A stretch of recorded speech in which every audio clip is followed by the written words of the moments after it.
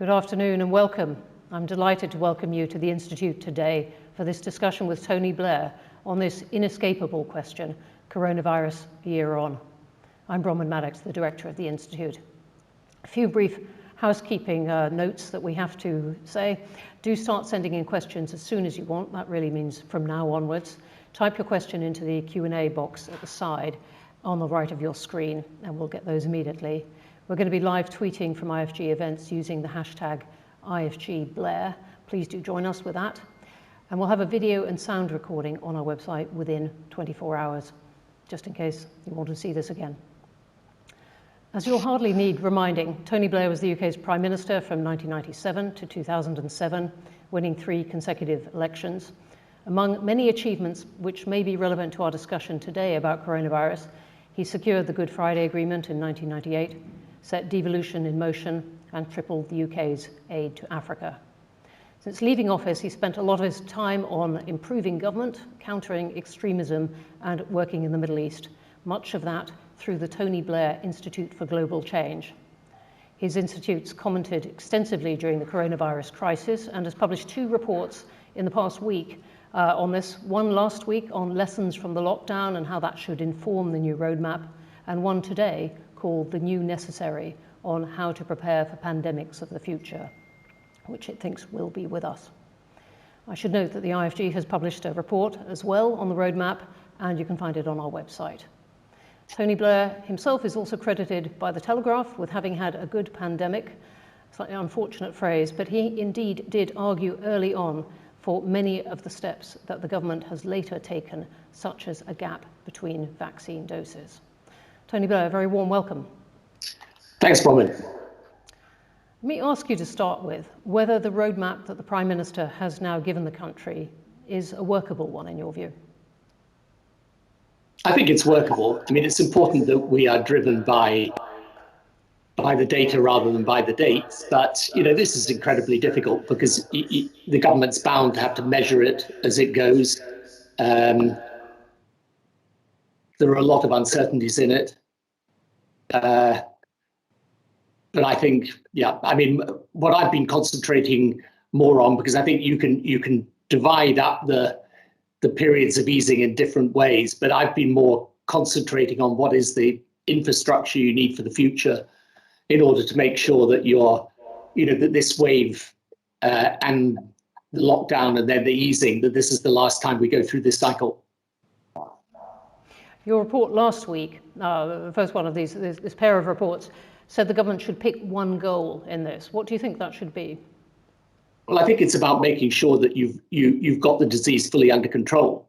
So that's a question of looking at at the data rather than at specific dates, and working out how far are you along the path of immunity for the country. Because in the end, the purpose of the vaccination program is to get to an immunized population where you can then move freely because the consequences of the disease are hugely reduced. So this is why accelerating that vaccine rollout, which the government, to be fair, I think have now done, has been from the very beginning an absolute priority. And making sure that we get as many people vaccinated with the first dose as possible. I mean, we can restock in order to I think roughly 70% of the population will have the AstraZeneca one at the moment rather than the Pfizer one. So probably, since the AstraZeneca doses, the second dose is most effective 3 months after the first dose, it's sensible to push ahead with this one-dose policy. I'm going to come on to vaccines in a moment, and you've said a lot about it that is very interesting. But I just want to ask you, as we are looking back over the past year, as well as looking forward, one figure really stands out, that about 2/3 of the deaths in the UK have occurred since September, and indeed about half since November. Would you say this was a failure of government? Well, a lot of it's happened because there's been a new strain that's much more transmissible, but unfortunately not less deadly. Look, I think you can go back and you can look at certain decisions that were taken and criticize them. And, I've made certain criticisms, but I've always done that in the context of recognizing this is the toughest challenge that any government in modern times has ever faced. Whoever was in power would have found this extremely difficult. So yes, you can go back at the beginning and say we should have shut down faster. You can say that when we eased after the first lockdown, we eased without, I think there should have been much more mass testing in place in order to put containment there when you were easing up. But and there'll be a time when you can go back over all of these things. But I think that in the end, as I say, the most important thing now is to say, well, what is going to work for the future? How are we going to be able to live with what is going to be a completely new set of circumstances, given what we've just experienced? All right, so let's take a step into the future. And your report today is called The New Necessary. Perhaps you can take us into your view of what the new normal is going to be. Yeah, so I think the one thing that's very clear when you go into this in detail, and like a lot of people, my whole knowledge of this sphere, both of science and of pharmaceuticals and production and distribution, all of this is vastly enlarged from what it was. But there are stages that we now can describe with much more accuracy. So the first thing is that it's likely that these types of pathogens will be present and can give rise to pandemics in a way that's never happened before in our world. So if you go back over the last 20 years, you can now see where we had near misses. And if you look forward, there is a risk, at least, not just of mutations of this particular virus, but the creation of other viruses which could have the same transmissibility as this virus, but potentially even more lethal consequences. So because that is not a negligible risk, you're going to have to prepare both your own country and the broader world for this new environment in which our health security is going to be positioned. So that means better data and surveillance to be able to spot when these pandemics are arising, faster research and development in order to be able to develop vaccines, antivirals, other biologics to deal with them, vaccine production at a much greater pace than what we've seen over these last 15 months, and the ability to produce billions of doses of vaccine at scale and at speed. And then finally, distribution and rollout, taking account of the fact that virus anywhere is virus everywhere, and that therefore there is a combined collective global interest in making sure that the global infrastructure is in place, not merely infrastructure within each country. I mean, today's report, I was very struck by the way it talks about the need to treat preparedness for a pandemic like a military operation, and you've been describing some of the elements of that. But I was also wondering at the same time how easy it is for politicians to prepare for a threat that, if it isn't there right now, and may never, at least in their time in office, actually be there. And I wanted at this point to bring in a quote, if you don't mind, from your autobiography, which was discussing something some time ago, warnings of a flu pandemic in 2005. And you said, "I'm afraid I tried to do the minimum we could with the minimum expenditure. I understood the risk, but it didn't seem to me that the panic was quite justified. Oh, the endless meetings and hype of it all." Page 520 of the IFG's copy, well-thumbed copy of your autobiography. How does that look now? Well, if we haven't had a flu pandemic, but we've had a pandemic. Yeah, so you've got to learn from that. So now, I mean, that's why it's not surprising people didn't put in place a vast infrastructure sort of 15 years ago. But now that you've had the experience, yeah, you've got to learn from it.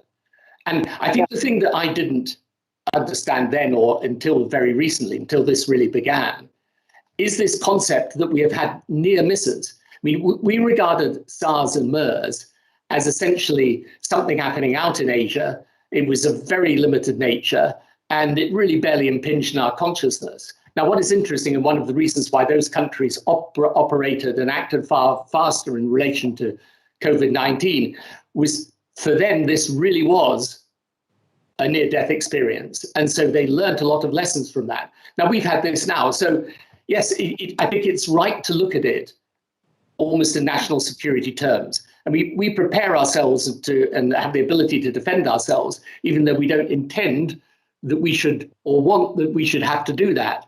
But I think now, and given it's also this interesting thing that's happened as a result partially of globalization, partly of changes in biodiversity, there's a much greater possibility of the spread from animals to humans than ever before of these types of conditions. So, yeah, no, now I think every major developed country will want to have its own infrastructure in place. And I think the world as a whole will need a much better infrastructure. So in the work we do in Africa, for example, my institute's very active there. You know, we work with almost 20 different governments there. I think the continent of Africa will want to have its own manufacturing capacity. It will want to have much better diagnostic capability. And it's not going to put itself in a position where it is at the present time, where the continent of Africa is scrabbling for vaccine when it desperately needs it. Vaccines. There's very important points you make, including about how, for example, South Korea benefited from the past threat of coronavirus type viruses. Here, the government's vaccine rollout has been very impressive. The EU's not so much. Is this a Brexit dividend, would you say?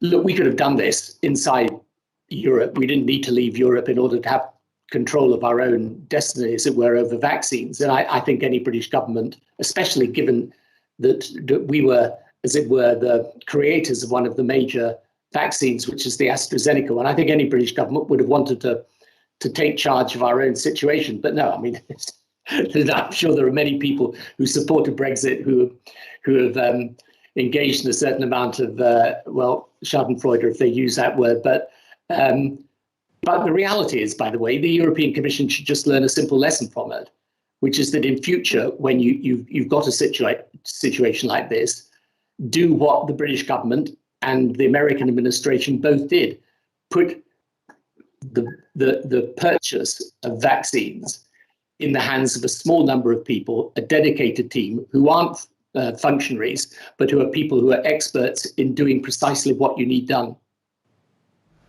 I think we can still use the word schadenfreude even outside the EU. What would you do, though, about the EU and Angela Merkel now not wanting or not being very keen on the Oxford vaccine?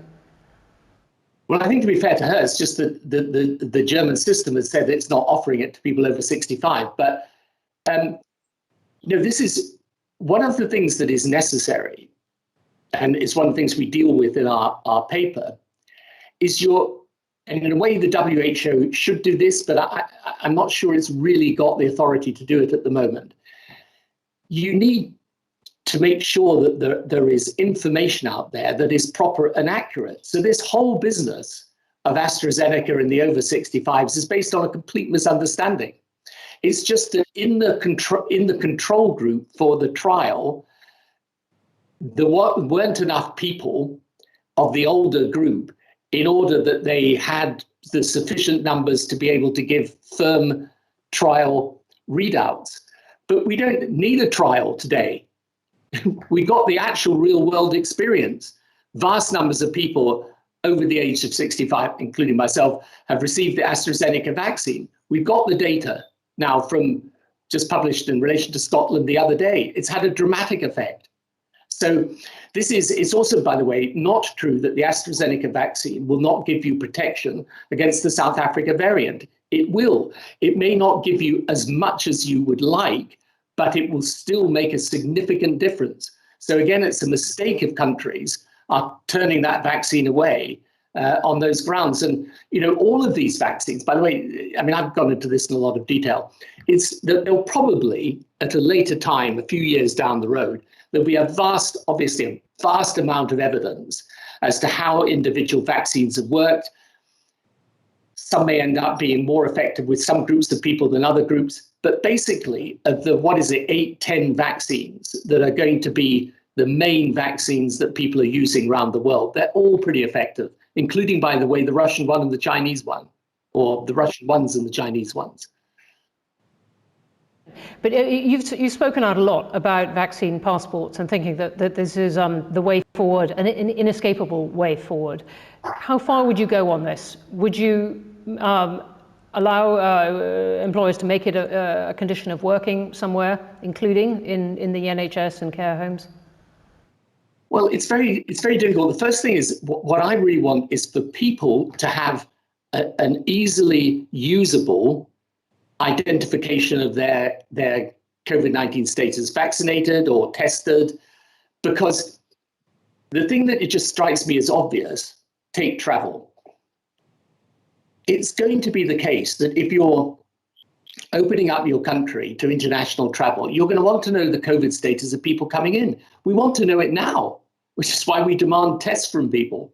So once vaccination becomes widespread, it seems to be inconceivable that, for example, if Greece is opening up its tourist industry, it doesn't say, we want to know, have you had a negative test very recently? So are you tested? We won't test you again. Or if you've been vaccinated, then you're vaccinated. So and we know that vaccination reduces very significantly transmission, not just, it doesn't just. Other governments can do as far as travellers arriving at their shores or their borders. But what I'm asking is what the UK government, what do you think the UK government should do, and should it make it a condition? Right, but if other governments are doing it, we're going to be doing it too. So that's the reality in things like travel. Now, I agree when it comes to, you've asked another thing, care homes, places of work. Look, I think, for example, in care homes, it won't surprise me if employers want to say, if you're working in a care home because you're looking after people who are vulnerable, we need to know whether you're vaccinated or not. Personally, I don't think that's unreasonable. So do you want to get into a situation where if you're not vaccinated, you're refused to go to your workplace? Well, I don't think people are going to go that far. But I'm thinking of, look, you've got people working at the Institute of Government. I've got in my London office, we employ several hundred people in the Institute as a whole. But let's say at any one time, we've got 120, 150 people working in the office in London. I don't think we're going to get to the stage of saying, well, look, you can't come in unless you can prove you've been vaccinated. But I think we will want to provide at least a facility for people to be tested.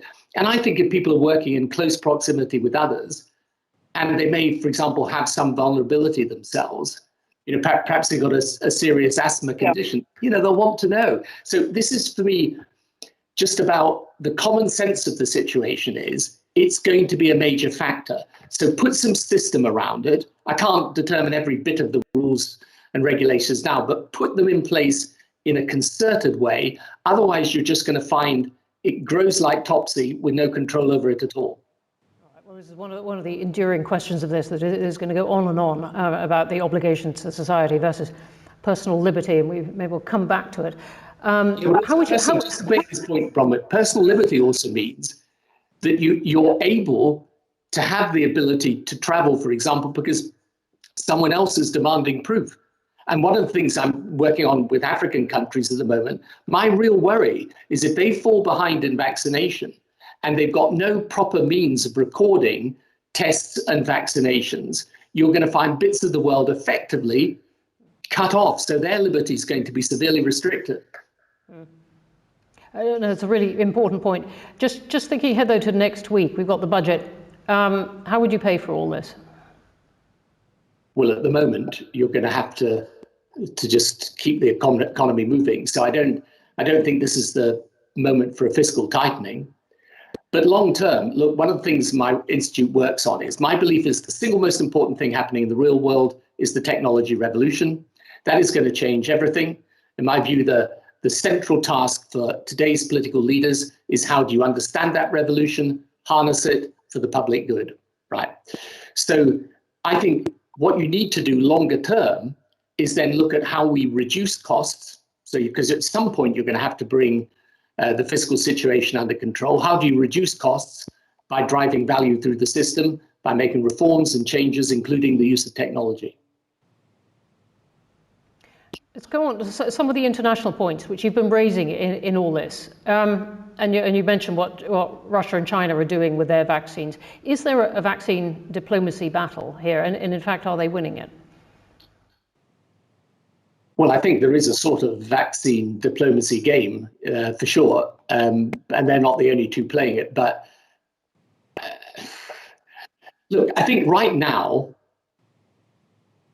countries are desperate for vaccines. So I must be talking to 6 different governments virtually every couple of days who just at least want to get their vaccination program going. Because what has happened with the new variants is that because they're more transmissible, countries that previously thought they could vaccinate, not at leisure exactly, but vaccinate through the course of 2021, are now finding their population saying to them, we need it now. Okay, so anyone who's got vaccine is in a strong position. But I just say to you, by the middle of this year, the world will have a very substantial supply of vaccine. So you've got Johnson & Johnson now coming on, you'll have Novavax coming on, you'll have much greater quantities of AstraZeneca. These, what I call the big workhorse vaccines, Sinopharm, probably Sputnik, I think they're going to manufacture well over 1 billion doses of that. I mean, by the middle of this year, a lot of these problems should ease, but that's when you're going to need to put systems in place so that you've got proper data around who's vaccinated, who's not vaccinated, what happens to the people who have been. How would you advise Boris Johnson to use the G7 summit in June to advance what the UK can do for the world and indeed in this diplomacy game that you've described? I think it's very simple. What you should do is say, what are the things that are going to be clearly and obviously necessary? That's why our paper's called The New Necessary, because it's trying to describe the infrastructure that the world will need to handle these things in future. And he should try and give leadership and shape to that, whether it's around data and surveillance or building the templates for research and development on the potential pathogens, or how the world gets the right amount of bioreactor capacity to produce vaccine. All of this should be something where the world is coming together. As I was saying in the interview I gave this morning, in my view, had the world come together at the very beginning of this, it could have shaved several months off the path of this disease, and therefore saved us vast amounts of money and lives. And your paper puts a lot of emphasis on data and the quality of data. Do you think that the world has got that from China on coronavirus? You mean got that in what sense from China? For data of the incidence and the spread of the disease and the rate of infection and the importance of it.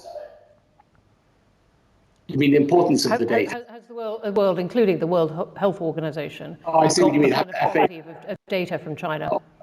I don't know. There are people better qualified than me to say that. I think there's still a lot of anxiety as to whether we have the right information that we need.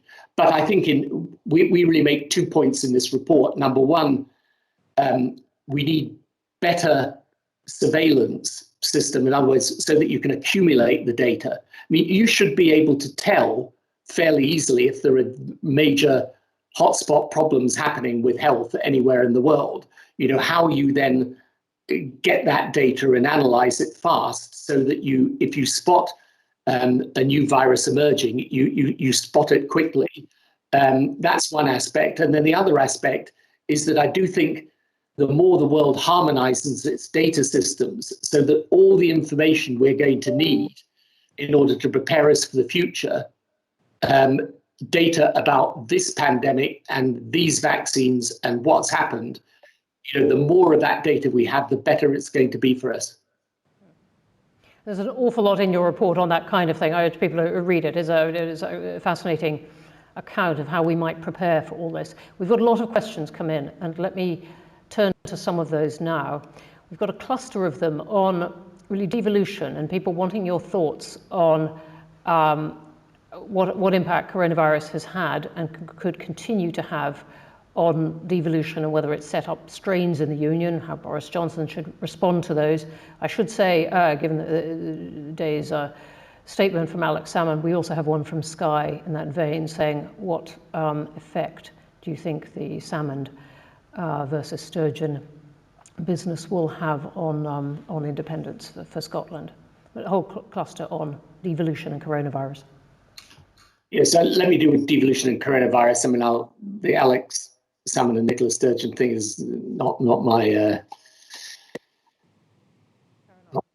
not my whatever. Anyway, so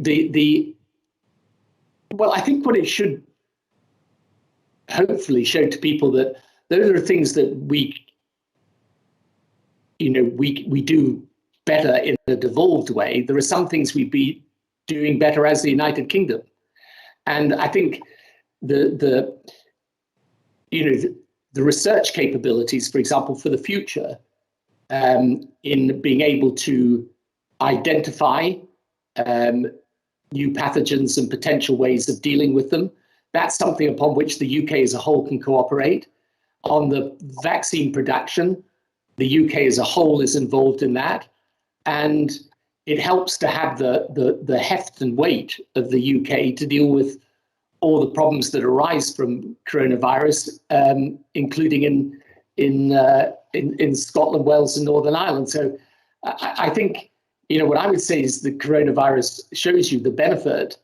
How we deal with coronavirus shows you the benefit of being able to deal with it on a UK-wide basis in respect of how we do some of the major things necessary in order to combat the disease. Obviously, then on the ground, how you deliver, for example, the vaccine rollout, that's a matter for each individual part of the UK. Okay, great. We've got one from Kate who says, hi, I'm a secondary school student and I'm wondering what you think the long-term effects of graduating during COVID will be for students. Thank you. Yeah, that's a really good question. I mean, I feel very sorry for people who have had to go through the last year in schools particularly, but also in universities. And I mean, I think we should definitely look at ways we help people to catch up with the learning that they have missed. I think inevitably it's going to be a pretty rough and ready outcome for this year. And I'm sorry for people who are in that situation. But I think, with the right focus, we can help both make sure that people aren't disadvantaged too permanently as a result of this, and also that we're providing the catch up that is going to be necessary, so that when people, if they're at school, when they go to university, they're not going to be at a disadvantage then in taking their degree. And I think, one of the things we need to look at very carefully is what has been the experience of students during this last year. There will be different students, often I think probably those from the most disadvantaged backgrounds who will have had the toughest time, and how do we provide special help for them to do that catch up.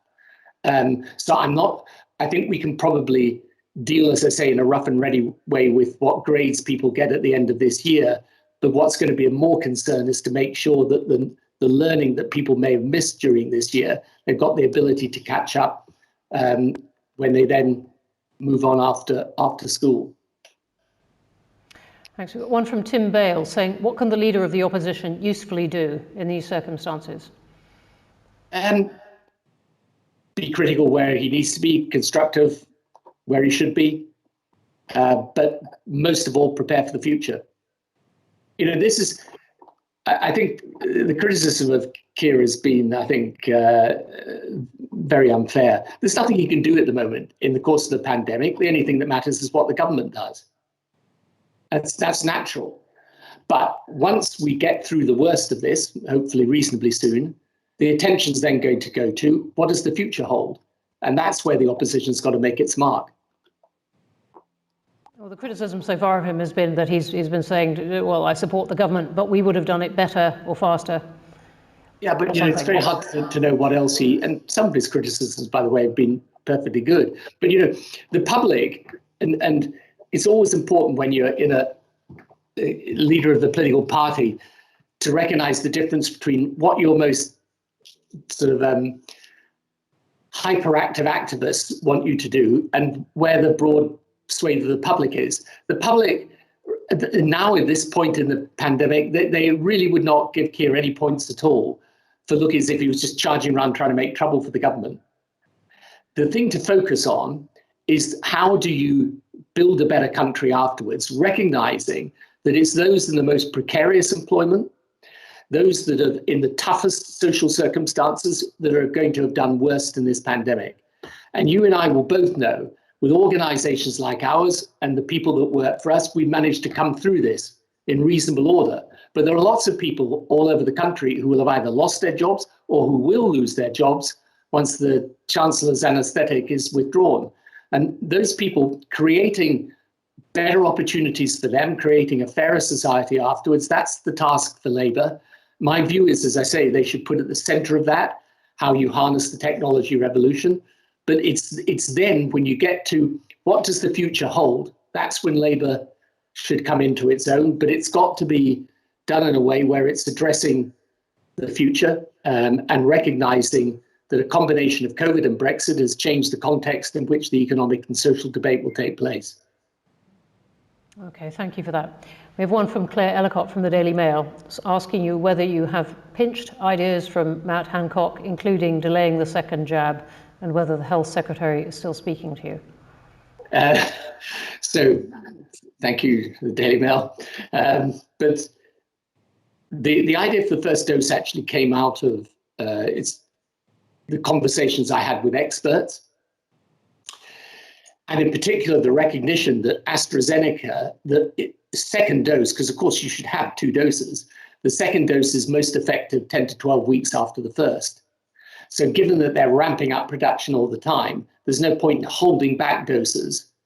You might as well give people the first dose. So the argument's more powerful with AstraZeneca action than it is with Pfizer, but even so, Pfizer first dose give you, after 3 weeks, roughly 70% protection.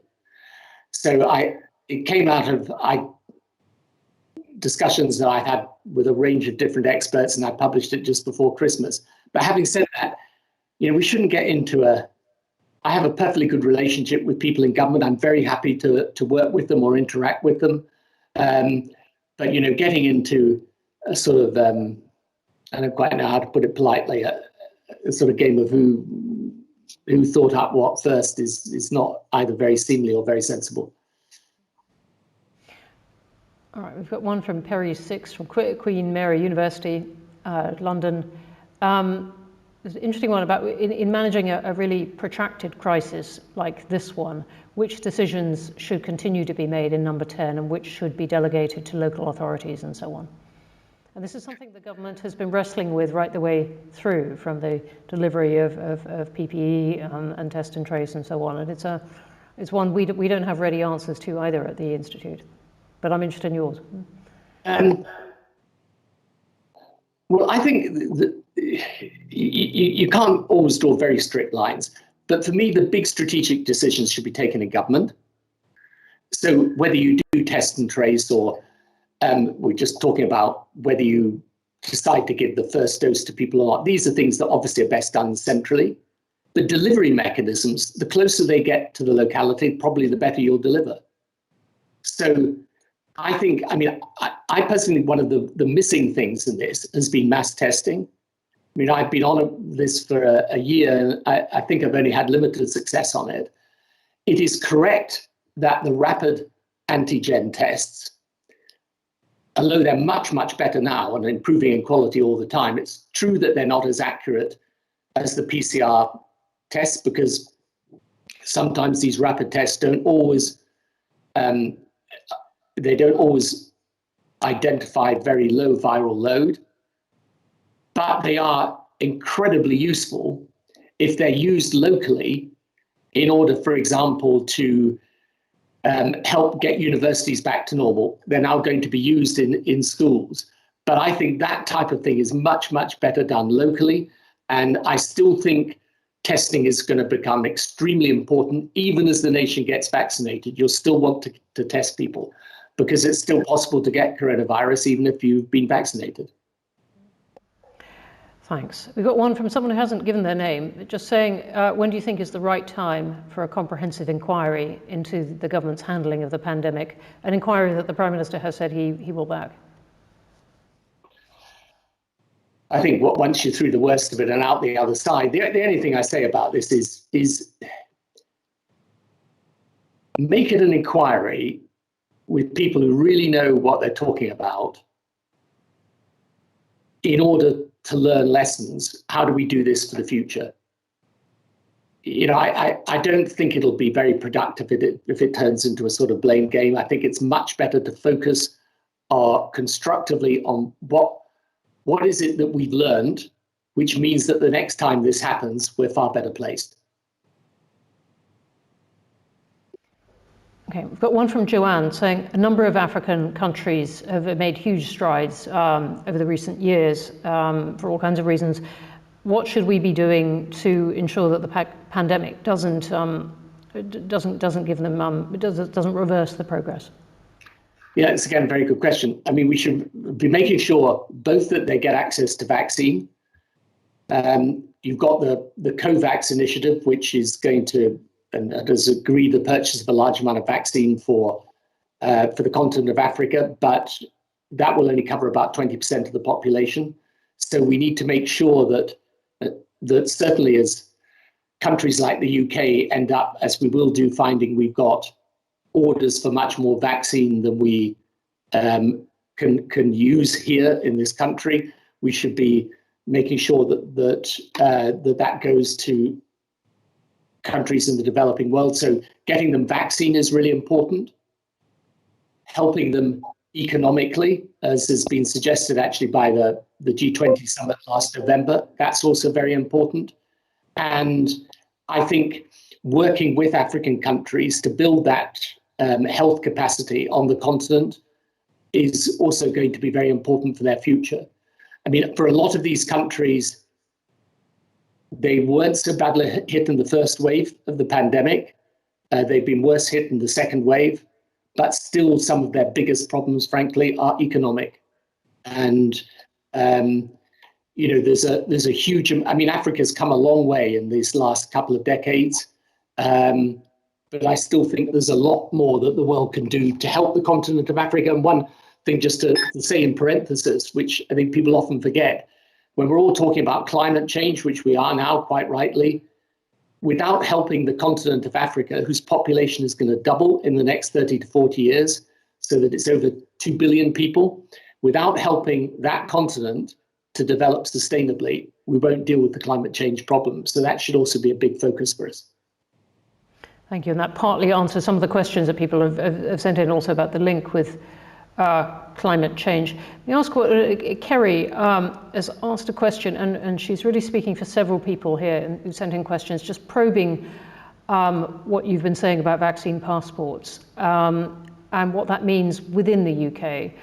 And she's asking whether you think it's inevitable domestically and what you would do to manage the practicalities and the potential discriminatory effects of this. And she's thinking about going for sports venues or music venues or so on.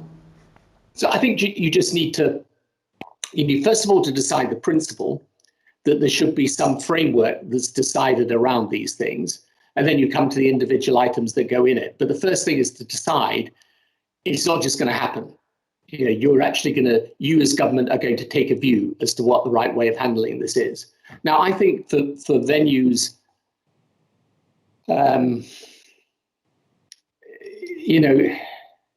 again, I suspect people will, I think they'll want to know. Now, that doesn't mean to say that you're barred from entering if you can't show your COVID status, as I say, tested or vaccinated.